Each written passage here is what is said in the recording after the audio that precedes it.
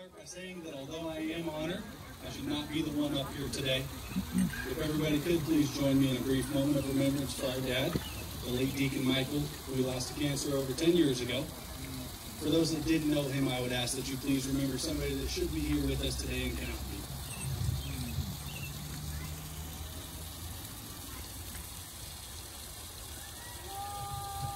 Thank you. For those that don't know me, I am Catherine's brother Alex, the younger, more intelligent, better looking, athletic one. My parents really figured it out the second time around. When I first met Catherine,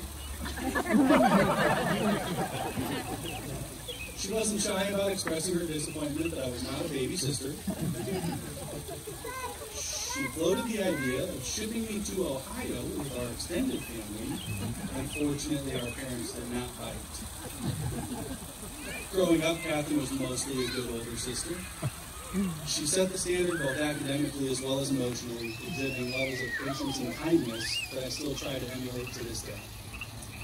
I can't think of too many sisters in 7th grade who had let their brother in 3rd grade crash their birthday party and then steal her gift of Everclear so much for the afterglow to make a tape to rollerblade around town to. As we got older, these traits developed further. When she moved away for college, she decided not to obtain her driver's license, incredibly convenient for everybody around her. This meant occasionally I'd get to drive her to Santa Cruz and then gallivant around town. For whatever reason, she never complained about this. In talking with Chris a couple days ago, I referred to Catherine as annoyingly selfless.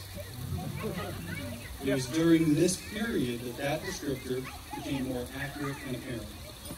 Christmas and birthday lists began to include less material items, instead requesting for donations made to charities and causes that were important to her.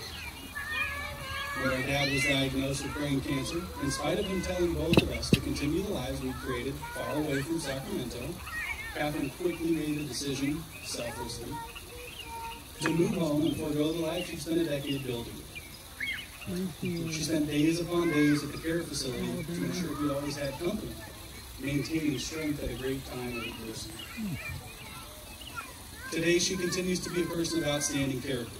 She carries on our father's legacy of faith, heavily involved in many church activities. She puts the convenience of others ahead of herself, even for matters as personal as where she wants to go for her birthday dinner. I'm excited for the journey that she and Chris are about to embark on. From my time with Chris, I see him as a good complement to and partner for Catherine. And Chris, you probably already realized the patience that I previously referenced is in short supply for the two of us, but I'm excited for you to work on that, and thank you in advance. I'm also excited at the prospect of having a brother who enjoys strategy games, because playing Risk with two sisters that could do literally anything else and have a better time loses its luster after a while. I wish you both the best in the future you'll build, and I look forward to growing our families together. Please, everyone, join me in raising a glass to the success, health, and happiness of Catherine and Chris.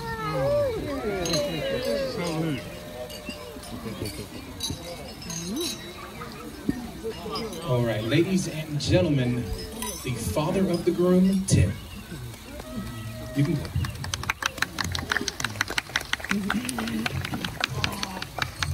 Thank you. Congratulations. You're at the best spot for this. When I found out that Catherine and Chris were going to get married, I started working on some great material for this very moment right now. And obviously, Alex worked on things along the same lines. And then I heard there was going to be no toast, no speak, no, because Catherine said something along the lines of, I don't want the attention to be on me at this occasion. And everybody kind of looked at her like, it's your wedding, it's all you. And so, about a week ago, can you hear me now? Okay. About a week ago, I found out. Oh, come on! A week ago, I found out that I was actually going to be doing a toast again. And so I had all this great material to work with, and I pulled it out, and I made a slight error in judgment. And so I ran a few of these ideas by Chris. And I said, what do you think about this? No, you cannot say that. Well, what about that? No, absolutely not. Well, what about this? No, you can't say stuff like that. Even though our family says lots of stuff. And I think the word wildly inappropriate was used a couple of times. And those words usually reserved for most of the things my brother says. As he's very proud to say. So I had to change my approach to this whole thing, and so it's going to be different than Alex's. And only one other person has read this that I ran it by. And it's a person of great wisdom and judgment who expresses almost no opinions and no ideas of his own. They're very, very soft-spoken, as my whole family knows. And Alex said this is good to go. It's ready to roll. So here it goes. And I thought I would approach this by talking to and presenting this to someone with obviously a little bit thicker skin and who has a quirky sense of humor. And so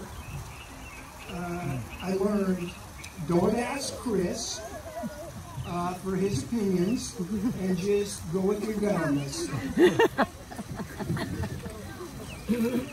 And so what could go wrong here, right, Chris?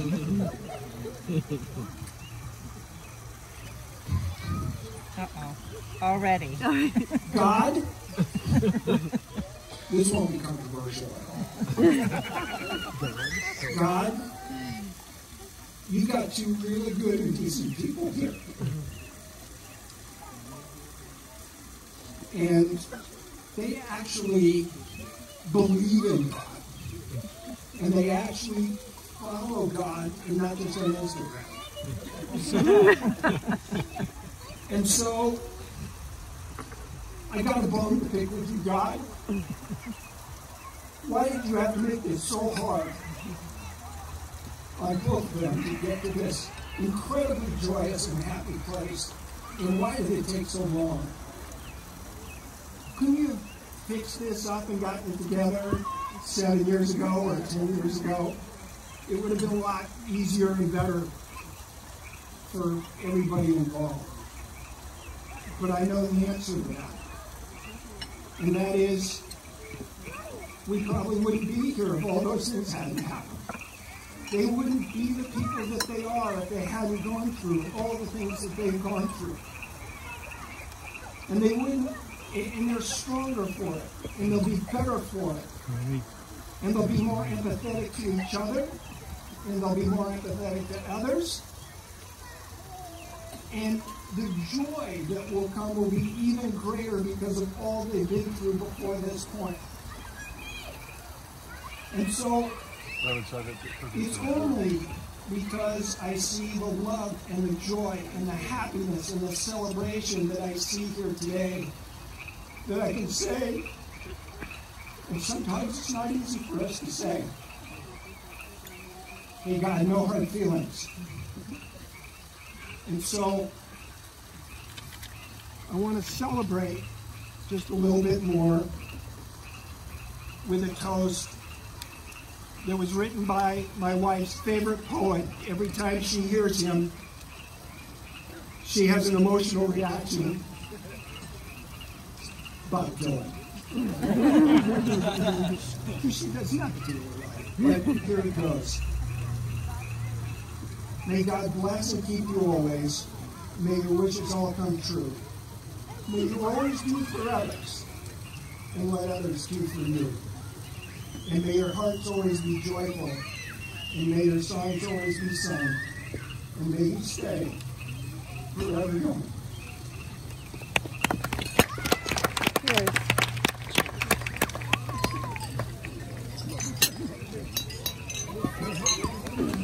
All right, ladies and gentlemen, our last toast to the groom. The mic. We blades don't have opinions, so We Can't hear you, Chris. can you hear me now? I had a lot to say, but most people are excited.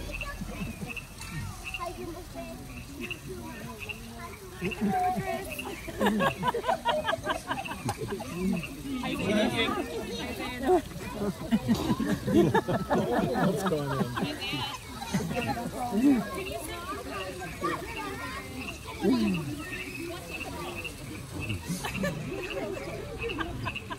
I found that I was in Can't hear you. a not great place, and my dad gave me some great words of wisdom. And if you didn't know, my dad is a writer, and I am his editor. And one of the stories that he gave me was actually from my other grandparents. And the whole point of the story was to remind me how lucky I am. I have somebody who made my life a lot better. But I don't have a lot of words of wisdom, so I found somebody who did. And I would like to say this. This is from your favorite sentence, John Chrysostom. That little is on there. But he specifically says for a husband to say to his wife, "Our time here is brief, united in perfect love. But if we are pleasing to God, we can exchange this life for the kingdom to come. Then we will be perfectly one both with Christ and each other, and our pleasure will know no bounds. I value your love above all things, and nothing would be so bitter or painful to me as our being at odds with each other.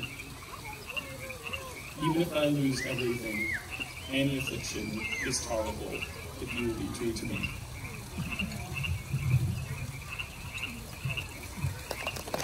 Thank you all for coming here.